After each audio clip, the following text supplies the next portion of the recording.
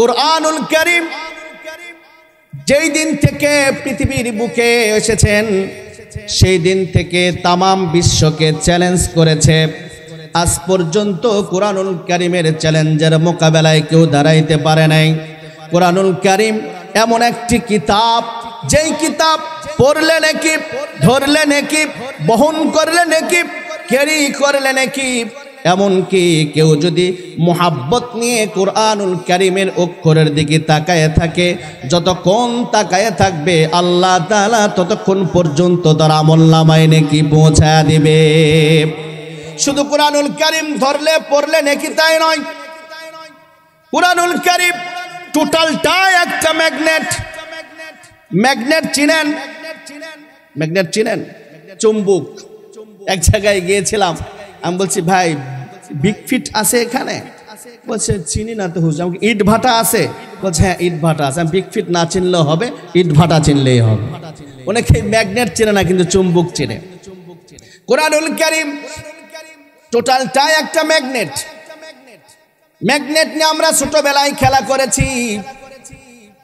আমরা ছোটবেলায় ম্যাগনেট নিয়ে যত ধরনের খেলা খেলেছি, তার মধ্যে একটা খেলা এরকমও খেলেছি, ম্যাগনেটটা কাগজের উপরে রেখে কাগজটা যদি বালির স্তূপের উপরে এমন করে ঘোরানো গেছে, দেখা গেছে কাগজের অপর পৃষ্ঠে কালো কালো কি যেন দেখা যায়। এর অর্থ হচ্ছে ম্যাগনেট কাগজের উপরে রেখে যখন বালুর স্তূপের উপরে ঘুরাইছেন, তখন বালুর কুটি কুটি বালু কোনার ভিতর থেকে লোহার কোনাগুলো ম্যাগনেট আকর্ষণ করে তার সাথে লাগায়া নিয়েছে। ঠিক তদ্রূপ কুরআনুল কারীম এমন একটা ম্যাগনেট, শুধু মানুষের তৈরি ম্যাগনেটের মতো পাওয়ার না, মানুষের তৈরি ম্যাগনেটের চাইতে আল্লাহ তাআলা কুরআনুল কারীমকে কোটি কোটি গুণ পাওয়ার দিয়ে তৈরি করেছেন।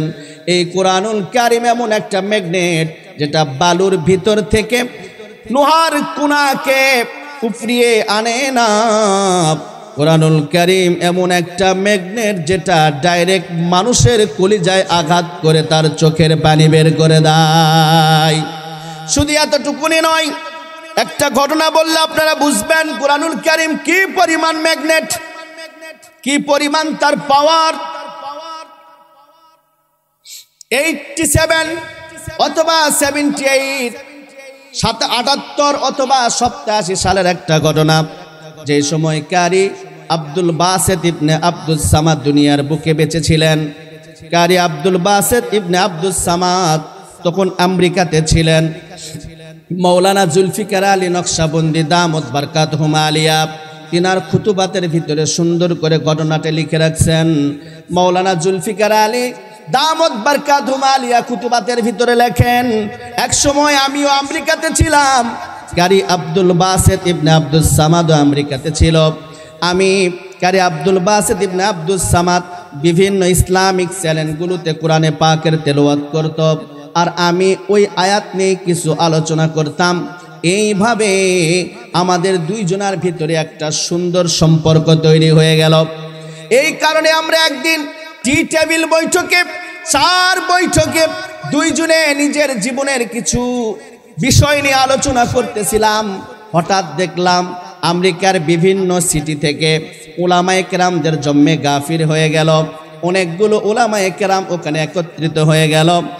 কারি আব্দুল বাসেত ইবনে আব্দুস সামাদের সাথে বিভিন্ন বিষয়ে ডিসকাস করা শুরু করলো। ডিসকাস করতে করতে এক পর্যায়ে একজন উলামায়ে কেরাম কারি আব্দুল বাসেতকে ডাক দিয়ে বলল, কারি সাহেব, আমি জীবনে যত কারি সাহেবের মুখে কোরআনে পাকের তেলাওয়াত শুনেছি, কিন্তু আপনার মতো মায়া আবেগ মাখা তেলাওয়াত আমি জীবনে কোনো কারি সাহেবের মুখে শুনি নাই। আপনার কণ্ঠে এত মায়া, এত প্রেম, এত ভালোবাসা, জীবনে অনেক কারি সাহেবের মুখে কোরআনে পাকের তেলাওয়াত শুনেছি, কিন্তু আপনার ভিতরে কোরআনে পাকের তেলাওয়াতের ভিতরে যে মায়া, যে প্রেম, যে আবেগ, এরকম আবেগময় তেলাওয়াত আর কোনো কারি সাহেবের মুখে আমি শুনি নাই। উলামায়ে কেরাম ডাক দিয়ে বলে, কারি সাহেব, আপনি তো আপনার জীবনের অধিকাংশ সময় কোরআনে পাকের তেলাওয়াতে কাটিয়ে দিয়েছেন। আমি আপনাকে একটা প্রশ্ন করতে চাই, আমরা তো কোরআনে পাকের অনেক মজেজা সম্পর্কে শুধুমাত্র শুনেছি, কখনো নিজের চোখে দেখি নাই। আপনি বলেন, আপনি তো জীবনের অধিকাংশ সময় কোরআনে পাকের তেলাওয়াতের মধ্যে ব্যয় করে দিয়েছেন, জীবনে নিজের চোখে কি কোনোদিন কোরআনের মজেজা দেখেছেন? কারি আব্দুল বাসেত বললে, কি বললে মিয়া, জীবনে কোনোদিন কোরআনে পাকের মজেজা দেখেছি নাকি? এইরকম প্রশ্ন করো না, বরং তোমরা এইভাবে প্রশ্ন করো, আমি জীবনে কত হাজার বার কোরআনে পাকের মজেজা আমার চোখ দ্বারা দেখেছি। আল্লাহু আকবার। কারি আব্দুল বাসেত ডাকতে বললেন, শোনো, 87 সালের ঘটনা হবে। তখন আমি মিশরে ছিলাম। ওই সময় মিশরের প্রেসিডেন্ট ছিলেন জামাল আব্দুল নাসের। ওই সময় রাশিয়ার নাস্তিকদের লাল বিপ্লবের কাছে তামাম বিশ্বগুলো থরথর করে কাঁপত। ওই সময় মিশরের জামাল আব্দুল নাসেরের কাছে রাশিয়া থেকে একটা চিঠি আসে। বিশ্ব নেতৃবৃন্দের কনফারেন্সে জামাল আব্দুল নাসেরকে আমন্ত্রণ করা হয়। এক পর্যায়ে জামাল আব্দুল নাসের রাশিয়ার মস্কোতে চলে গেলেন, বিশ্ব নেতৃবৃন্দের কনফারেন্সে অংশগ্রহণ করলেন। এরকম আবৃত্তি যখন চলতেছিল, কনফারেন্স চলতেছিল, এক পর্যায়ে জামাল আব্দুল নাসেরকে যখন কিছু বলার জন্য ওখানে স্পিকারের সামনে দাঁড় করে দেওয়া হলো, জামাল আব্দুল নাসের নিজের ধর্মের তাজিব তামাদ্দুন ইসলামের তাহসিন নিয়ে লম্বা টাইম পর্যন্ত বক্তব্য দিলেন, কিন্তু নিজের বক্তব্যের দ্বারাই নিজেই স্যাটিসফ্যাকশন হতে পারতেছিল না। এইবার জামাল আব্দুল নাসের মস্কো থেকে যখন মিশরে চলে আসলেন, মিশরে আসার পরে জামাল আব্দুল নাসের আল্লাহ রব্বুল আলামিনের কাছে দোয়া করলেন, আল্লাহ আর একটা বার নাস্তিকদের কনফারেন্সে যাওয়ার মতো সুযোগ করে দাও, তাহলে আমি দেখায়া দেব কোরআনুল কারীমের মজেজা কি পরিমাণে হয়। আল্লাহ রব্বুল আলামিন জামাল আব্দুল নাসেরের দোয়াকে কবুল করলেন। 2 বছর পর আবার রাশিয়ার মস্কো থেকে জামাল আব্দুল নাসেরের কাছে বিশ্ব নেতৃবৃন্দের কনফারেন্সে আমন্ত্রণ করা হলো। উনি চিঠি পাওয়ার পরে আল্লাহ রব্বুল আলামিনের শুকরিয়া আদায় করলেন।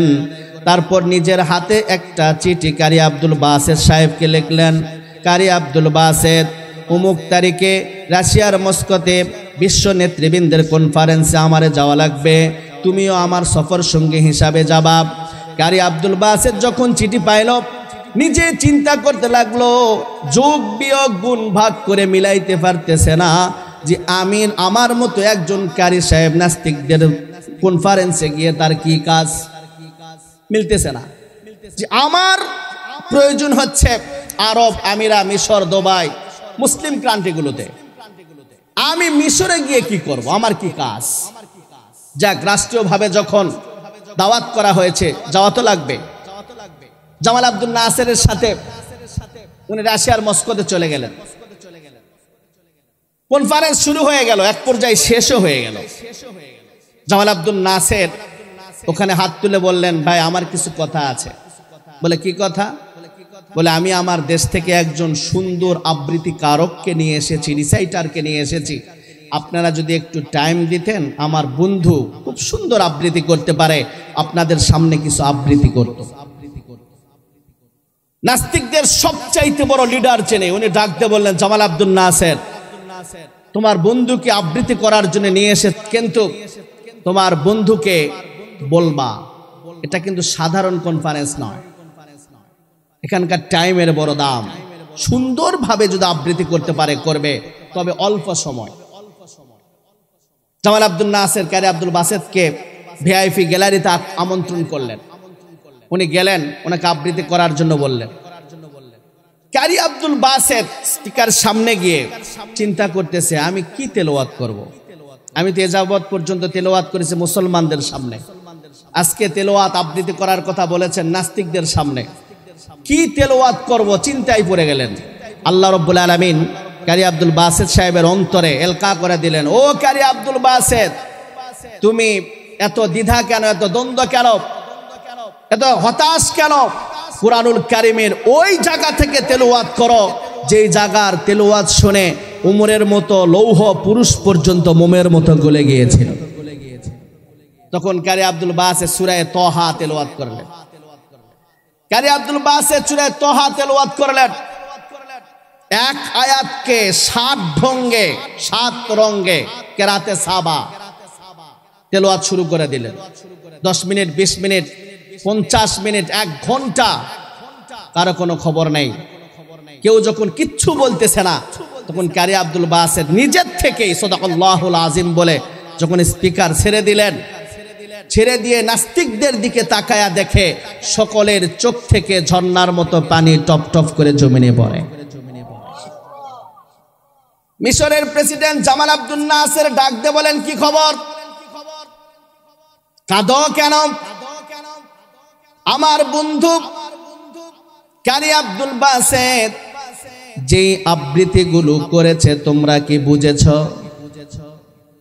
কমিউনিস্টদের প্রধান যিনি তিনি বলেন, না বুঝি নাই, কারণ তোমার বন্ধু যা আবৃত্তি করেছে টোটালটাই আরবি, আমরা আরবি ভাষা বুঝি না, আমরা বুঝি ইংলিশ।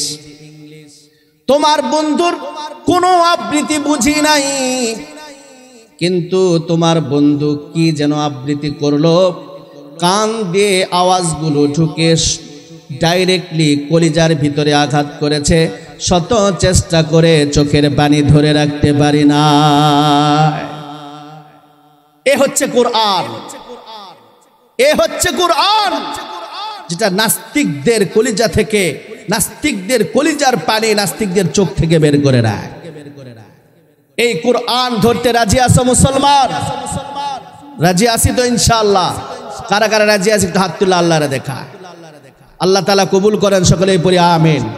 শুধু কোরআনুল কারীম ম্যাগনেট এমনটি নয়, শুধু কোরআনুল কারীম ম্যাগনেট এমনটি নয়।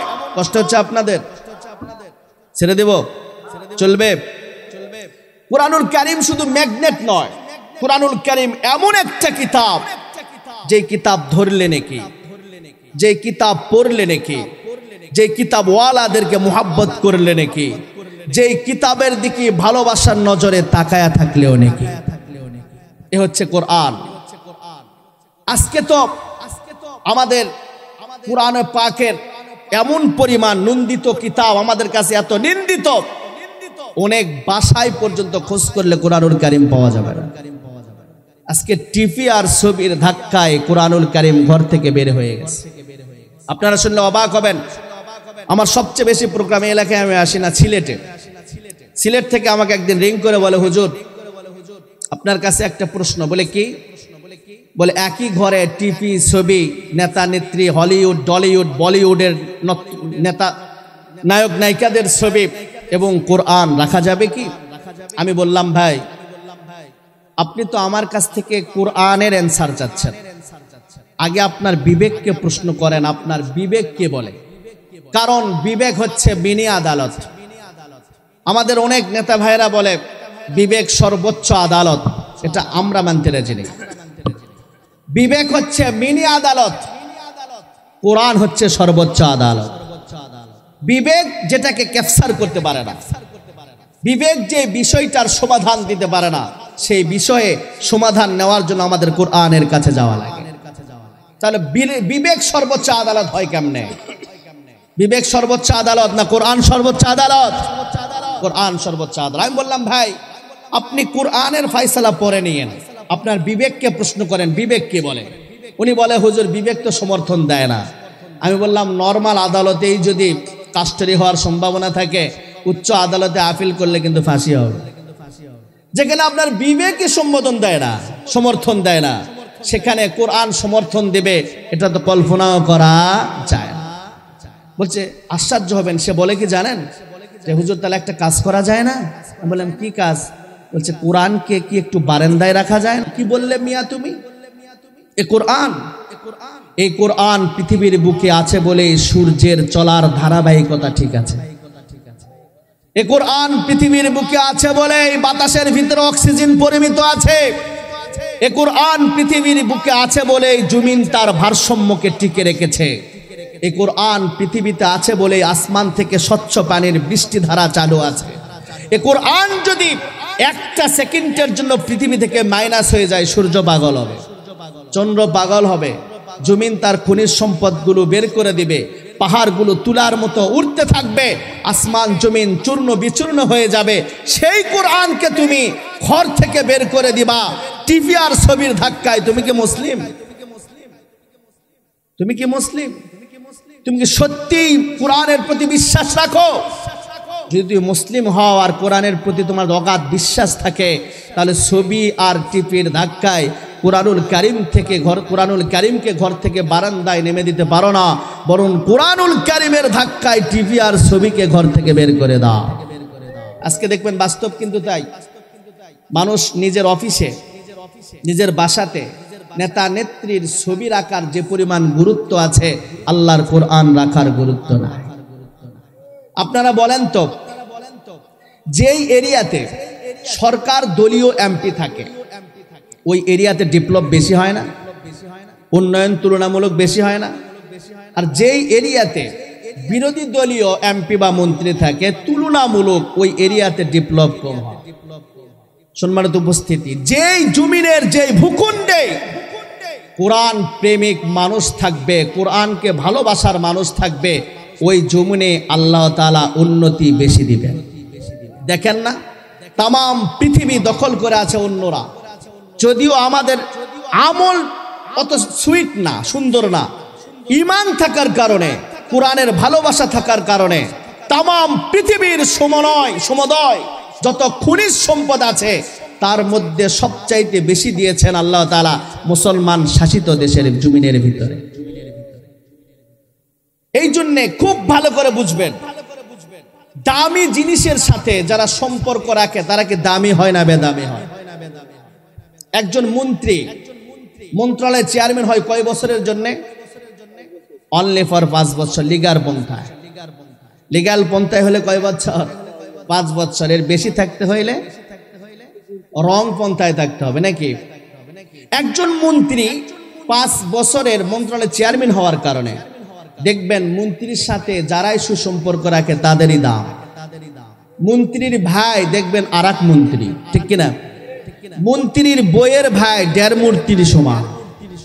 1.5 মন্ত্রীর সমান না? মন্ত্রীর গাড়ির ড্রাইভার আমার তো মনে হয় ও ছোটখাটো একটা এমপির পাওয়ার রাখে। মন্ত্রীর বাসার সিকিউরিটি গার্ডের দায়িত্বে নিয়োজিত যিনি, আমার তো মনে হয় সরকার দলীয় নেতার চাইতে ওর পাওয়ার কম না। কারণ ও যদি পারমিশন না দেয় মন্ত্রীর সাথে দেখা করা যাবে না। এতগুলো লোকের মর্যাদা বাড়লো কি জন্য? একটা মানুষ মন্ত্রীর মর্যাদা বাড়ার কারণে, ঠিক কিনা? সম্মানিত উপস্থিতি, মন্ত্রীর যদি আপন ভাইও হয় আর মন্ত্রীর সাথে যদি সম্পর্ক দাউকুরাল হয়, খারাপ হয়, মন্ত্রীর মর্যাদা যত বাড়বে, মন্ত্রীর পাওয়ার যত বাড়বে, আপন ভাইয়ের মর্যাদা কি তত বাড়বে, জীবনের ঝুঁকি তত বাড়বে। মন্ত্রীর মর্যাদা যত বাড়বে, মন্ত্রীর সাথে খারাপ সম্পর্ক রাখার কারণে মন্ত্রীর আপন ভাই হলেও তার জীবনের ঝুঁকি তত বাড়বে। ঠিক তদ্রূপ কোরআনুল কারীম মন্ত্রীর মতো পাওয়ারফুল, মন্ত্রীর মতো দামি। কোরআনুল কারীম মন্ত্রীর মতো দামি। কথা বলেন না কা? মন্ত্রীর চাইতে দামি না? মন্ত্রী মন্ত্রণালয়ের চেয়ারম্যান হয়েছে কয় বছরের জন্য? কোরআনুল কারীম কয় বছরের জন্য? আজীবনের জন্য। কোরআনুল কারীম আজীবনের জন্য। এই কোরআনুল কারীম মন্ত্রীর মতো দামি না। কোরআনুল কারীমের সাথে যাদের সম্পর্ক ভালো হবে কোরআনুল কারীম তাদের মর্যাদা বাড়ায় দেবে। আর কোরআনুল কারীমের সাথে যদি সম্পর্ক খারাপ হয়, আপনি যেই হন, মন্ত্রী হন, মিনিস্টার হন, ব্রিগেডিয়ার হন, লয়ার হন, লেফটেন্যান্ট হন, কর্নেল হন, এদেশের হন আর বিদেশের হন, যে কোনো ভাষার হন, যে কোনো কালচারের হন, যে কোনো কালারের হন, কোরআনুল কারীমের সাথে যদি আপনার সম্পর্ক ভালো থাকে কোরআনুল কারীম আপনার মর্যাদা বাড়ায় দিবে। আর কোরআনুল কারীমের সাথে সম্পর্ক খারাপ রেখে আমেরিকার প্রেসিডেন্ট আর জাতিসংঘের মহাসচিব হলেও কোরআনুল কারীম তার আন্ডা বাচ্চা বের করে দিয়ে ছাড়বে।